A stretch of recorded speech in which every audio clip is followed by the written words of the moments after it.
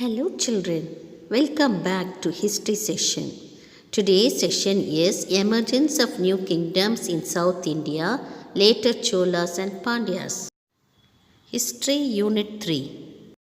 The Cholas are one among the popular and well-known Tamil monarchs in the history of South India. In the 9th century, Vijayalaya, ruling over a small territory lying north of the Kaveri, revived the Chola dynasty. He conquered Tanjavur and made it its capital. Rajaraja I AD 985 to 1014 was the most powerful ruler of Chola Empire and also grew popular beyond his times. He established Chola authority over large parts of South India. His much acclaimed naval expedition led to the expansion of Cholas into the west coast and Sri Lanka. He built the famous Rajarajeshwaram Brihadishwara temple in Tanjavur. His son and successor Rajendra Chola I AD 1014 to 1044 matched his father in his ability to expand the empire. After his accession, his striking military expedition was to northern India.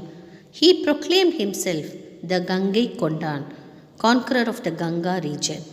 Gangai Konda Cholapuram temple was built by him to commemorate his victories in the north. The navy of Rajendra Chola enabled him to conquer the kingdom of Sri Vijaya, southern Sumatra. Chola's control over the sea facilitated a flourishing overseas trade. Decline of the Chola Empire. Rajendra Chola's three successors were not capable rulers. The third successor was Veera Rajendra. His son Adi Rajendra was killed in civil unrest. On hearing the death of Adi Rajendra, the eastern Chalukya prince Rajendra Chalukya seized the Chola throne, and he began the rule of Chalukya Chola dynasty as Kulothunga Chola I. Kulothunga established himself firmly on the Chola throne, soon eliminating all the threats to the Chola empire. The Pandya territory also began to slip out of Chola control. Kanjipuram was lost to the Telugu Cholas. The year 1279 marks the end of the Chola dynasty when King Maravarman Kulasegara Pandyan I defeated the last king, Rajendra Chola III, and established the rule of the Pandyas in present-day Tamil Nadu. Administration. The central administration was in the hands of the king. As the head of the state, the king enjoyed enormous powers. The king's orders were written down in palm leaves. The kingship was hereditary. The ruler selected his eldest son as the heir apparent, and he was known as Yuvaraja. The Yuvarajas were appointed as governors in the provinces for administrative training. Local governance. Local administration worked through various bodies such as Oorar, Sabayar, Nagarattar and Nattar. With the expansion of agriculture, numerous peasant settlements came on the countryside, and it was called as Oor. The Oorar was the landlord who acted as the head in the Oor. Sabayar is Brahmins, villagers also functioned in carrying out administrative functions. Nagarattar administered the settlement of traders. However, skilled artisans like masons, blacksmiths, goldsmiths, weavers, and potters also lived in Nagaram. Nattar functioned as an assembly of Nadu and decided all the disputes issuing pertaining to Nadu. The assemblies in Oor, Sabha, Nagaram, and Nadu worked through various committees. The committees took care of irrigation, roads, temples, gardens, collection of revenues, and other festivals. Uttiramerur inscriptions. Uttiramerur, presently in Kanjipuram district, was a Brahmadeya village, the land given to Brahmins. There is a detailed description of how members were elected to the committees to the village sabha in the inscription found there.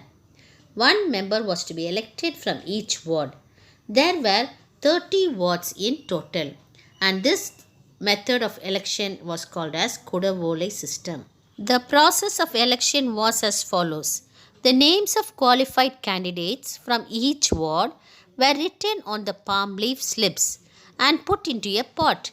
The eldest of the member of the assembly would engage a boy or girl to pull out one slip and declare his name as the winner. Various committees were decided in this way. Revenue. The revenue of the Chola state came mainly from the land. The land tax was known as Kanikadan. The Chola rulers carried out an elaborate survey of the land and fixed the government share of land revenue, and 1/3 of produce was collected as land tax. The Chola rulers gifted tax free lands to royal officials, Brahmins, temples. Land granted to Jain institutions were called Palli Chandam. There were also of Velan Vagai land, and the holders of this land were called as Vellalas. Ulukudi, a subsection of Vellalar, could not own land but had to cultivate. Brahmadeya and Velan Vagai lands. The holders of Velan Vagai land retained Melvaram, major share in harvest. The Ulukudi got Keelvaram, lower share, and the Adimai and the Panisai Makkal occupied the lowest rung of society. Velan Vagai was land for non-Brahmins. Brahmadeya, land gifted to Brahmanas. Shalabhoga was land for the maintenance of school. Devadana was land gifted to temples. Irrigation. Cholas gave importance to irrigation. The 16-mile-long embankment built by Rajendra Chola in Gangaikonda Cholapuram is an illustrious example. Vadi Vaikal, a crisscross channel, is a traditional type of harnessing rainwater in the Kaveri Delta. Vadi is a drainage channel and Vaikal is the supply channel. The commonly owned village channel was called Ur Vaikal, and the Nadu level Vaikal is referred to as Nadu Vaikal. This was in practice in distributing the water into the fields. Religion. Chola rulers were ardent Saivites. Hymns in praise of the deeds of Lord Shiva were composed by the Saiva saints, the Nayanmas. Nambiyandan Nambi codified them, which came to be known as the Tirumurai. Temples. The Chola period witnessed an extensive construction of temples. The temples in Tanjavur, Gangaikonda Cholapuram, Dharasuram are the main architecture, sculpture, paintings and iconography of the Chola art. Temples promoted education and devotional forms of art such as dance, music and drama.